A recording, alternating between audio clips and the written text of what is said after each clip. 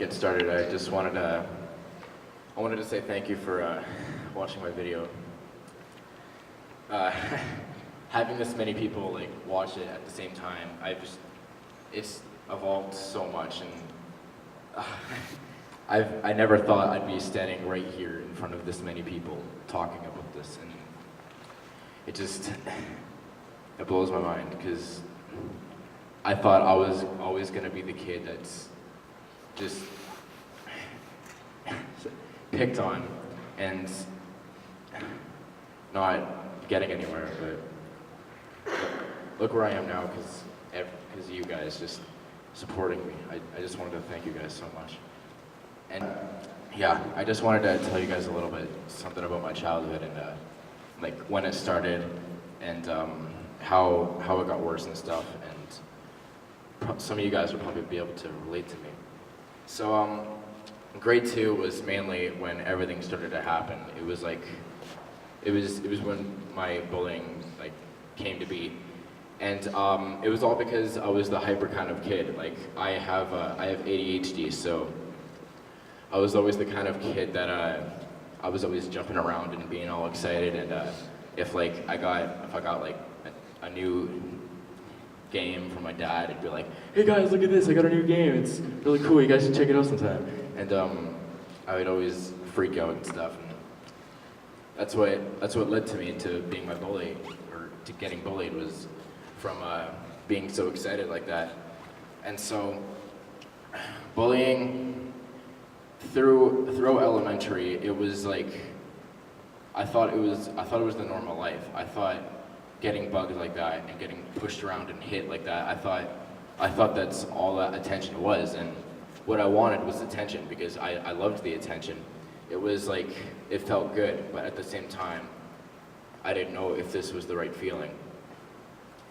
And so, my church life, I went to church like all elementary school, but then junior high, or grade 7 to 9, I didn't go to church for 3 years.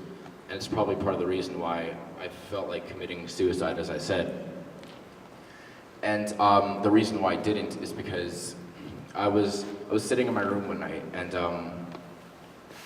I was thinking of everybody who's like said something horrible about me, and I was like thinking of all the stuff I've went through, and I was like, why am I still living this life? How come I can't just live a normal life like they're living? But it really hurt because, like, where I came from, I was the only person who's been bullied that much in my age, and I remember bawling my eyes off like almost every night at every weekday, and I started getting scars under my eyes from rubbing them so much, and it wasn't good. I went to like how many counselors, and nobody could help because all they would tell me is you just gotta be thankful for who you are. But I was at the point in time where I was like, it's not enough. It's like, it felt like I just want to be accepted for who I am. I know I accept myself, but why can't others accept me? And it got me going. It was killing me, and I was feeling the need to end myself.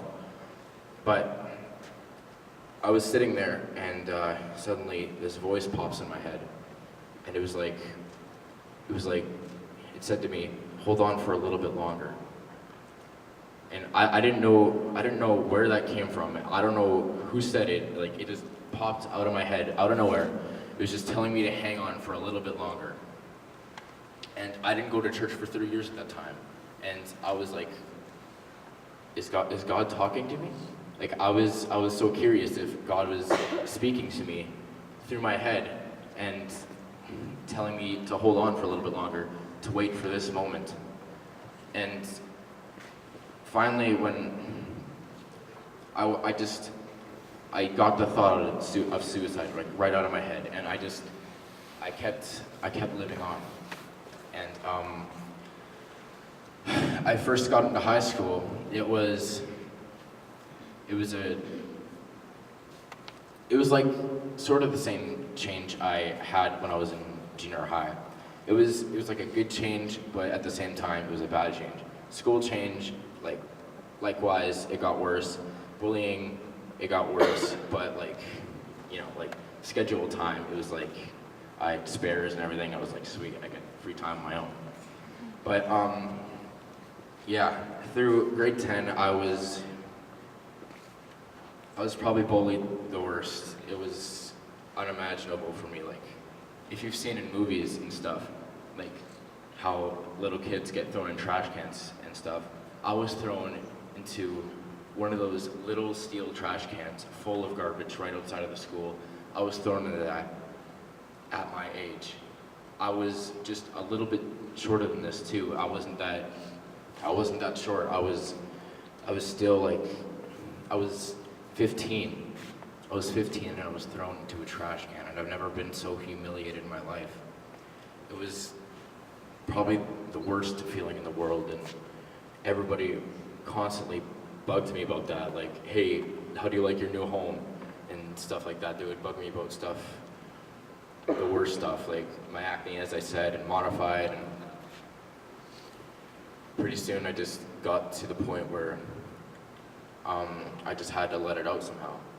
And my inspiration to do this video was actually from my friend. I was talking to Brooke Alexander one night, if you know her, and she was telling me how she's like on YouTube and all that, and she comes across this video where it's this guy with this heart disease. I sort of forget his name. He's got this heart disease, and he's like holding the cards up, like, and he's writing on the cards, like what I was doing. And so when he was doing that,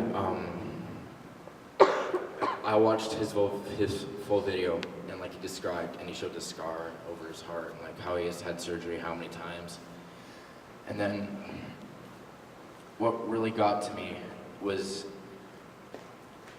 after he made the video, he died about a week later. And as soon as I found that out, I was motivated to do the same thing. But the thing is, when I was motivated to do that video, it wasn't at the time when I wanted to make it, like, if that makes sense. Like, I was inspired to do it, but I didn't know what I would do it for. And so, February came, and I've had my limit. Like, I've held it in too long. Pretty soon, I'm just looking at myself in the mirror, and every time I see myself in the mirror, I'm looking at a kid who just gets thrown in trash cans, gets bugged about modified, gets bugged about everything. It wasn't something I could hold in any longer. And finally, I realized what I could do to let it out. And so I did this. I made a video. And right before I made the video, or right before I uploaded it at least, I was sitting on my chair and I was thinking, what if people don't read my video? What if people don't watch it? What if nobody gets my message? What if nobody understands me, even after all that effort of making a video? And so I sat there, and I sat in my chair, and I prayed.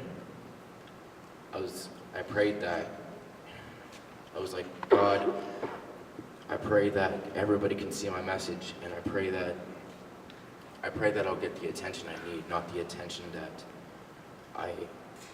I've wanted to, like, be popular and stuff, because I know there's a difference there's like two kinds of attentions. There's one kind of attention, there's the kind of attention you want from the popular people, and there's like the attention that you want when, yeah, I scored a goal, guys, and look at me, I'm so cool.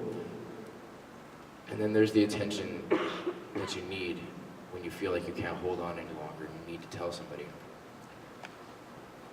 And that's basically what I was going through. I was like, I need to tell somebody. And when I was praying, I uploaded the video and I went to bed. It was like late at night when I made it. And then I woke up and then I checked my computer right away.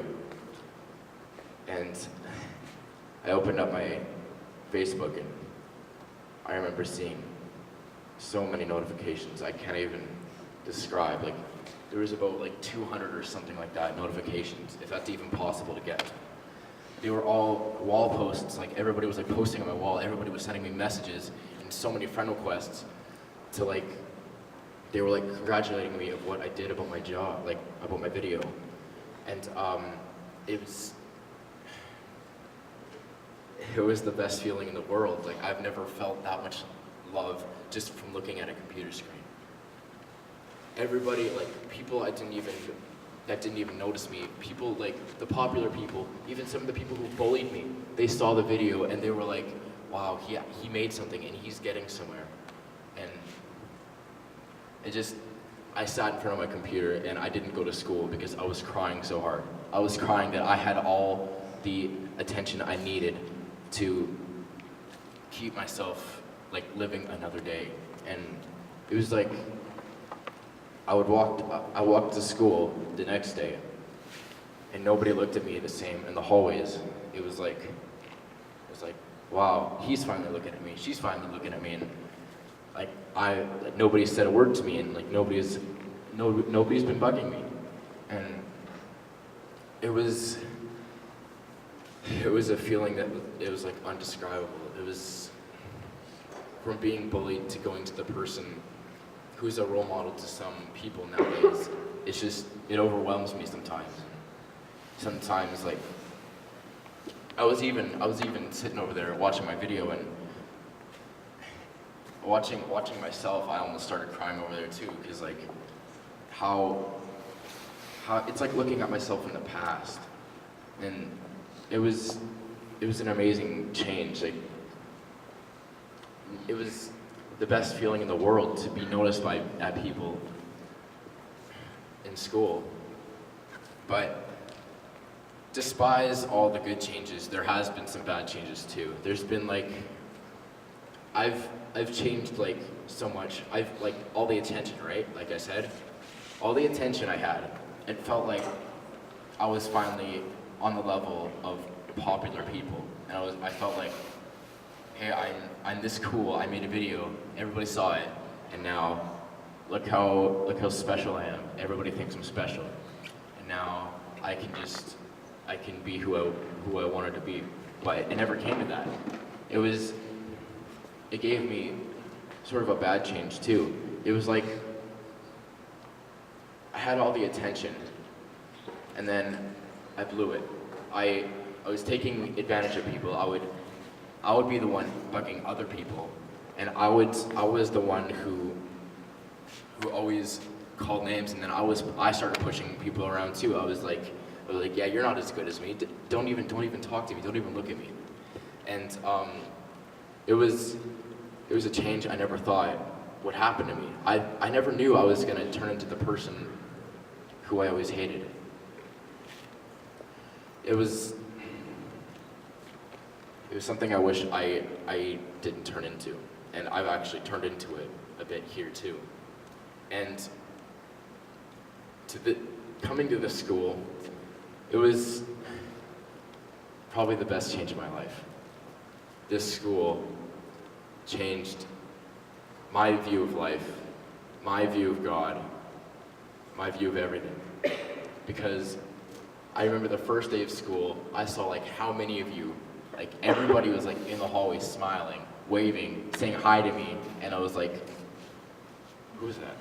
And it was the best feeling in the world coming here. Like, and every day, like every Wednesday, Friday, we'd have chapel, get closer to God, and it was something that my school would never think of doing.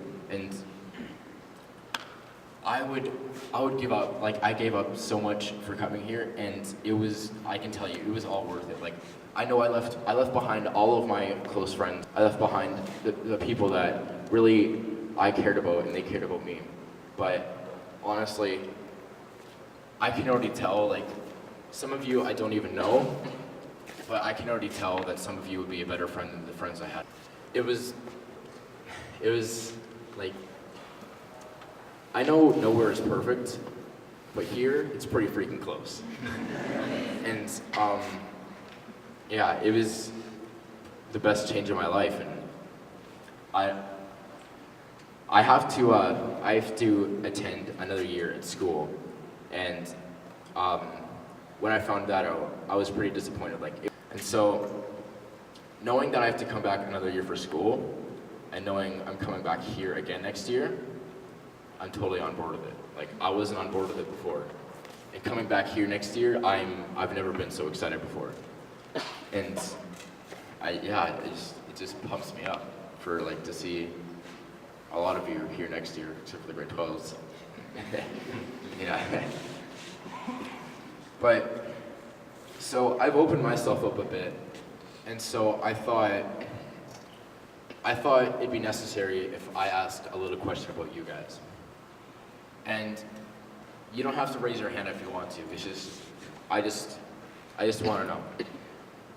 In your past time, have you ever been bullied?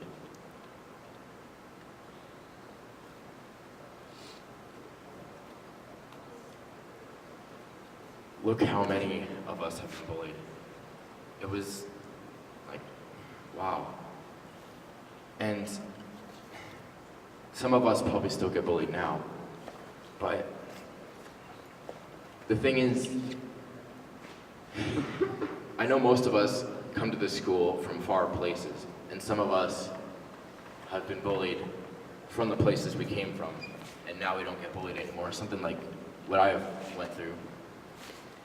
And it's a good feeling knowing that, I know it sounds kind of weird, but it's a good feeling knowing that there's more than one person like me, because I felt alone. I was the only person my age who got bullied so much to be thrown in a trash can, to be smacked aside the head and called stupid every day. And some of you have probably been through worse than I have. Some of you have probably been, attempted suicide so many times, and I'm not gonna point anybody out or anything, don't worry about that, but,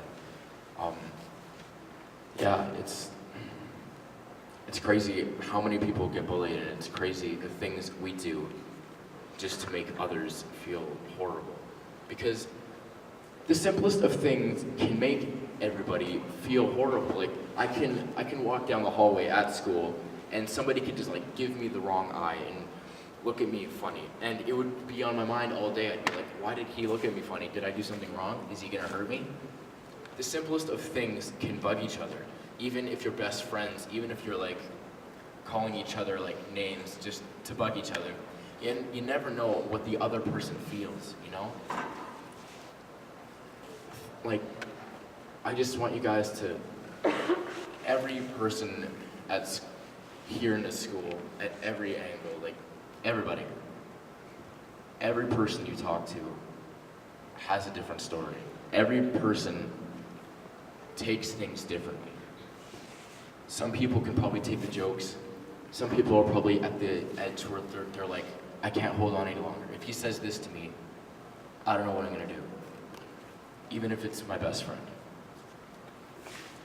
And I was at the point too. I couldn't take the jokes from my best friend anymore either. It's not a good feeling, and I'm sure most of you are aware of that. And yeah, I just want everybody to everybody's view of each other. Whenever you're talking to your friends, try don't ask about their story, but just try and fit them in their shoes, because the simplest of waving with a smile, saying hi, can make somebody's day. And simply saying hi to them and talking to them, it can brighten their day up. The simplest of things can help us. And yeah, I just wanted to thank AJ and Mrs. EK for letting me up here. I just wanted to thank all of you for all of your attention right now. It's probably the best feeling being in front of everybody here. It's a good change, and I wouldn't be here if it wasn't for you guys. So thank you.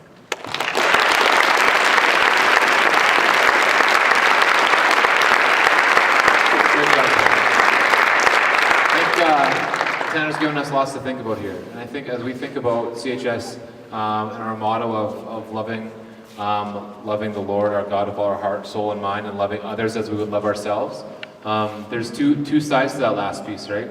Figuring out how we do love ourselves, right? And if we're at a point where we need help understanding, who it is we are and valuing ourselves, but then ensuring that the people around us from you are loved as you love yourself. That we're going out of our way to put ourselves in their shoes, like Tanner said, and if you feel comfortable, to ask about their story. And I think from Tanner's experience, we can also note that there was this distinct change in his life when he opened up about his story.